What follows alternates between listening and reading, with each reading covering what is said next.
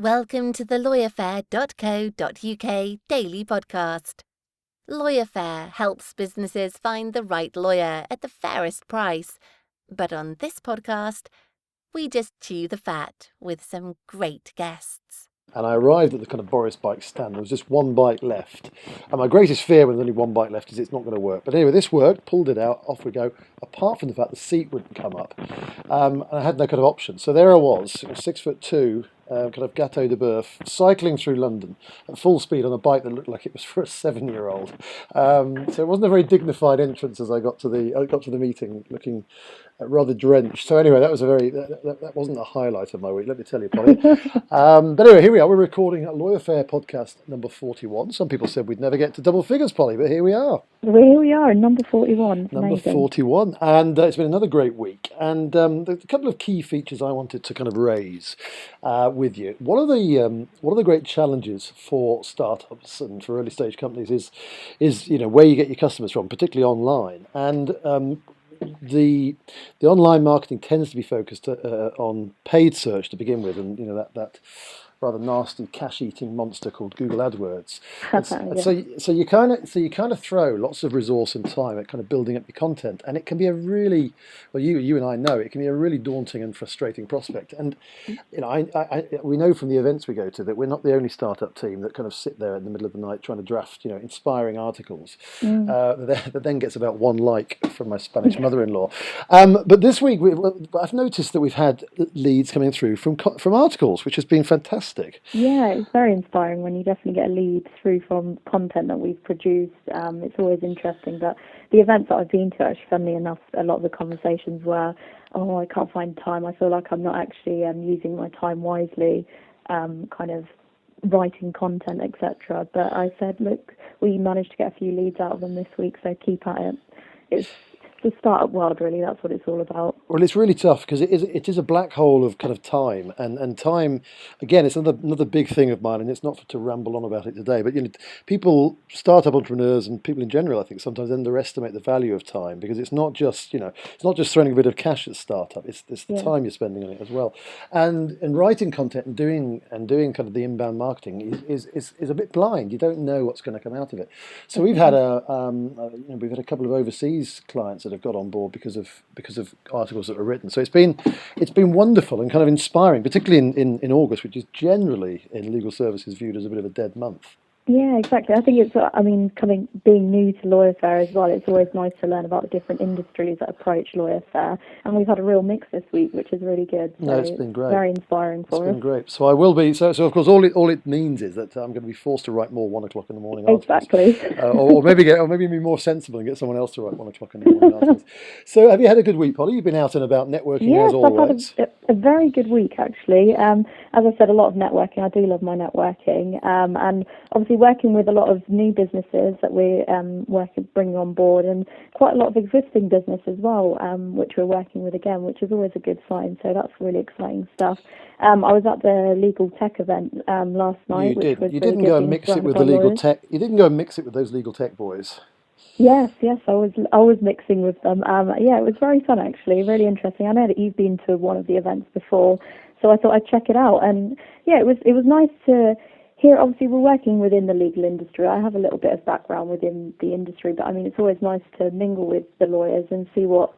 Yesterday we were talking. A lady called Caroline Ferguson, I think her name was, and she was talking about kind of life after a lawyer, basically, and the social side of being a lawyer.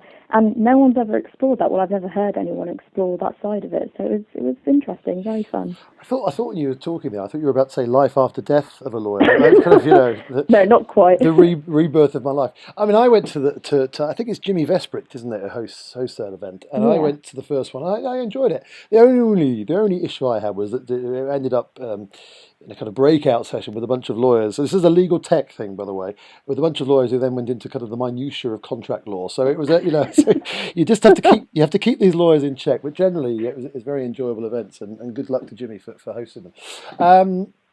So where was I now? What have we done this week? I'd like to give a large hurrah. Sometimes people only see the glamorous side of entrepreneurship. Obviously, you and I, Polly, represent the glamorous side of it. Yeah, clearly. And one of the things that you sometimes underestimate when you go into business on your own is you kind of have to the grit that is required. So I'm gonna give a large shout out to Karen Gould, who is is the CEO founder of Gateway to Enterprise, who came back from a holiday feeling pretty poorly, and poor old Karen, when I saw her on Tuesday, was ploughing through about 7 or 8 meetings, all of which she did with great vigor Oh, wow. and I have to say hats off to Karen if she ever listens to this, but I met up with her and she was in great form despite her ailments, so hopefully she's recovered from that. And of course the focus of this podcast is a quick review of the podcasts that we've had and we are having, Polly, and can I tell you what we've covered in this week's podcasts? We've covered cake, beer, online accounting, digital nomads, and this is my favourite one, entrepreneurs reprogramming their subconscious.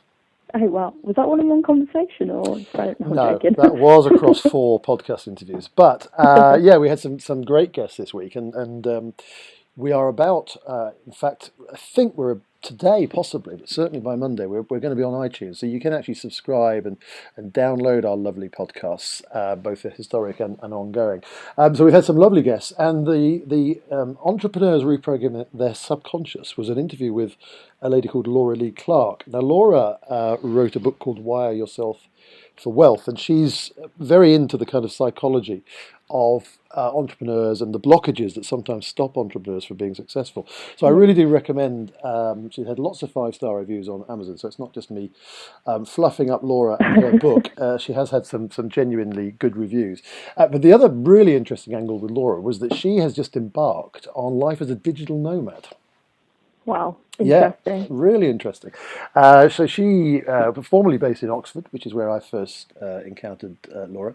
So she was sitting in a coffee shop but a few weeks ago, contemplating life and everything that you do occasionally over a Starbucks cappuccino, and suddenly thought, I'm going to go and do this somewhere else. So she's basically got an online business, Laura. It's kind of video casts and online mentoring and stuff of that nature. So it is a business that she can up and go on pretty quickly. And so basically via the magnificent Airbnb, she is living in various flats in various cities. And I recorded the podcast with her from Budapest, which was really cool. It's really cool. And she's off, I think, to LA next and various other places. So good luck to Laura. That was a great podcast. And we do potentially have a very special guest next week. I'm going to keep it under wraps because I know that you'll get a little giddy if I tell you about who it might be. So we've got a couple of interesting guests lined up for next week's podcast. Definitely worth a drum roll before they go on. Definitely worth a drum roll, and hopefully we'll be on iTunes. And of course, I forgot to mention that we have a beautiful intro and conclusion now. We have Penny bringing us into the podcast with her very smooth and rather husky tones, I have to say. Is husky the right word? Yeah, I think husky is the right word. I'll go with that. It's rather kind of breathless. It's a nice introduction to LawyerFair, and it's a nice leaving point of LawyerFair. Well, really I think so. well. I've slightly the first version that Penny is from Penny, whose surname I don't know because we have a relationship purely on the People Per Hour platform. So she's only known as Penny A to me, but Penny A is our voiceover expert, and she has worked on a number of other projects for me. And so she came up with 2 versions. The first one, I have to say, was fantastic if you were involved in selling sex online. It was a little bit too brief for the LawyerFair constituents. So the second one, which we've plucked and cut and added to our podcast, sounds great. So thank you to Penny. Gosh, I've got so many thank yous I'm having to cover here. But look, Polly, we also have a new feature, don't we, on our podcast this week? Yes, we do. We do have the magic moment of LawyerFair. Magic moment. Should we roll the drum for the music? Magic moments when 2 hearts are So, magic moments, Polly. Now, the debacle on the Boris Bike was actually not a magic moment that I opened with. I've got a couple. Can I give you a couple? Yeah. Hit me with your two or three magic moments. Well, I'll give you one, and then I'll allow you to. to come in because I feel I've been doing too much of the talking. Says Mrs. Dallywell in the background there. Listen, my first magic moment actually was the complete opposite of my transportation meltdown with the Boris Bike. And that is that we are based, as you know, on the river at Battersea. Opposite us is the Cadogan Pier, and I clambered upon one of those river taxis this week, and I scooted along to Blackfriars, which took about 15 minutes, looking. I think other people commented on this, but looking a bit like a cross between James Bond and David Beckham, and hopped off at Blackfriars, and I thought, this is the life. It's just.